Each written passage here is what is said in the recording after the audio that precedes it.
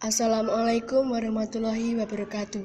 Perkenalkan kami Dwi Putri Meilani, absen 08, Irfan Fuadi, absen 16, dan Nikmatus Solika, absen 23, dari kelompok 4, akan mempresentasikan hasil diskusi kelompok kami tentang pemikiran ekonomi nasional pada tahun 1950.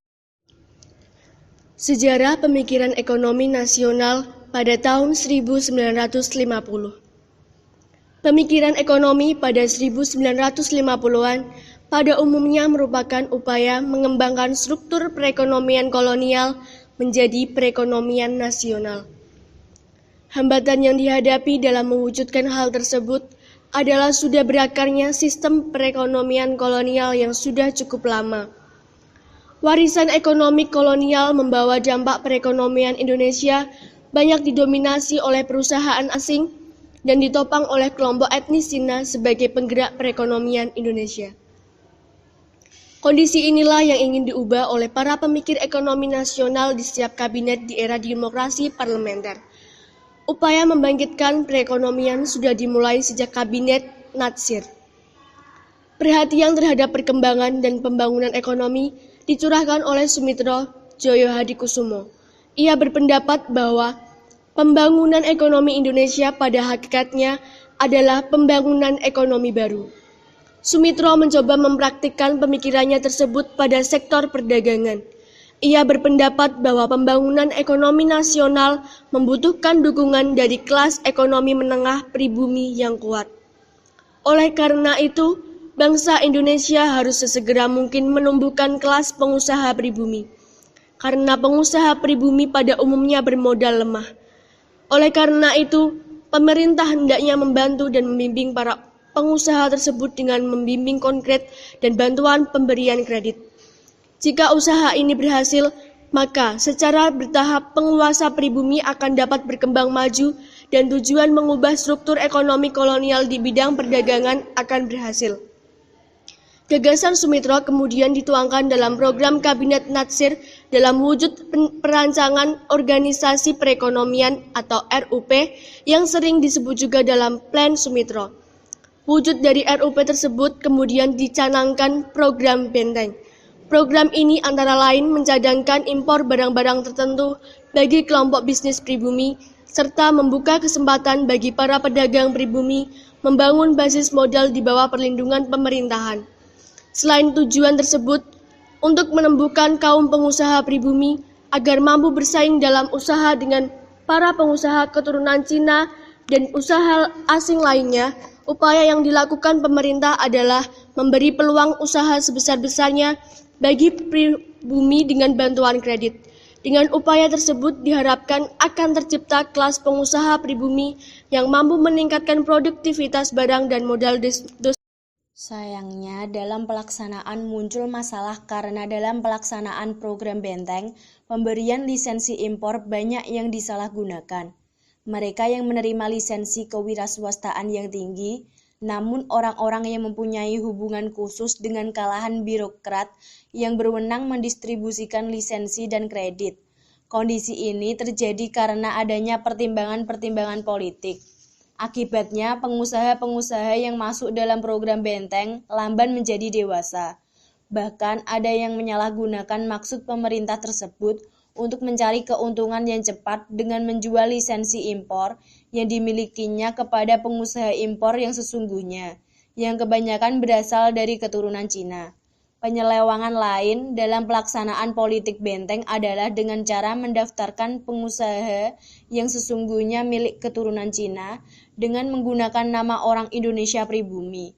Orang Indonesia hanya digunakan untuk memperoleh lisensi. Pada kenyataannya yang menjalankan lisensi tersebut adalah perusahaan keturunan Cina. Perusahaan yang lahir dari kerjasama tersebut dikenal sebagai perusahaan Alibaba. Ali mewakili pribumi dan Baba mewakili warga keturunan Cina. Usaha lain yang dilakukan pemerintah untuk meningkatkan pengusaha pribumi dilakukan melalui Gerakan As-Saat. Gerakan As-Saat memberi perlindungan khusus bagi warga negara Indonesia asli dalam segala aktivitas usaha di bidang perekonomian. dari persaingan dengan pengusaha asing pada umumnya dan warga keturunan Cina pada khususnya.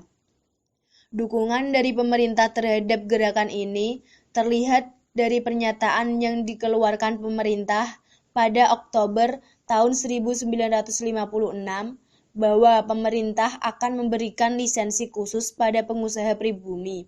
Ternyata kebijakan pemerintah ini memunculkan reaksi negatif, yaitu muncul golongan yang membenci kalangan Cina. Bahkan reaksi ini sampai menimbulkan permusuhan dan pengerusakan terhadap toko-toko dan harta benda milik masyarakat Cina, serta munculnya perkelahian antara masyarakat Cina dan masyarakat pribumi. Pemerintah selain melakukan upaya perbaikan jangka panjang, juga melakukan upaya perbaikan jangka pendek. Untuk menguatkan perekonomian Indonesia, salah satunya adalah mengurangi jumlah uang yang beredar dan mengatasi defisit anggaran.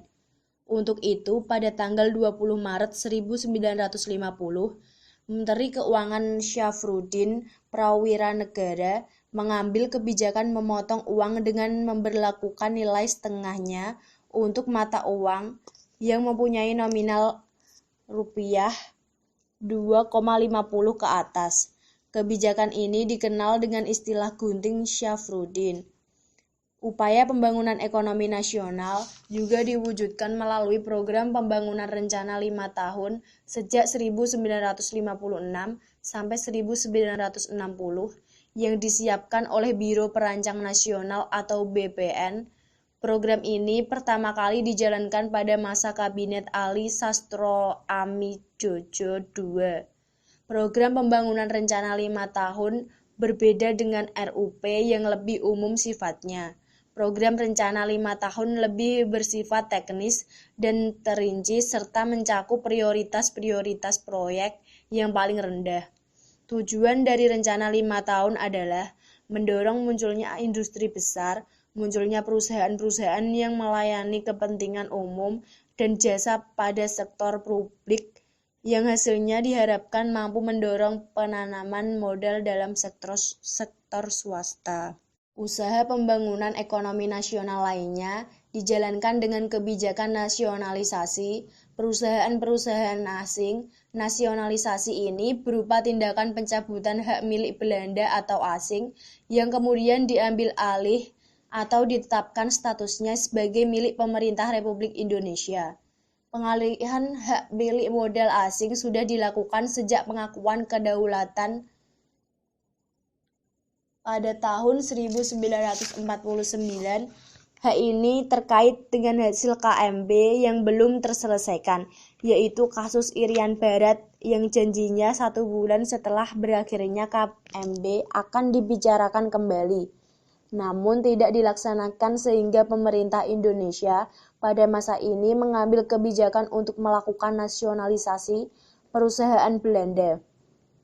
Sejak tahun 1957, nasionalisasi yang dilakukan pemerintah terbagi dalam 2 tahap, yaitu yang pertama terhadap pengambil alihan, penyitaan dan penguasaan atau sering disebut di bawah pengawasan. Kedua, pemerintah mulai mengambil kebijakan yang pasti, yakni perusahaan-perusahaan yang diambil alih itu kemudian dinasionalisasikan. Tahap ini dimulai pada Desember 1958 dengan dikeluarkannya Undang-Undang tentang Nasionalisasi Perusahaan-Perusahaan milik Belanda di Indonesia. Sekian presentasi dari kelompok kami. Apabila ada kesalahan, kami mohon maaf. Wassalamualaikum warahmatullahi wabarakatuh.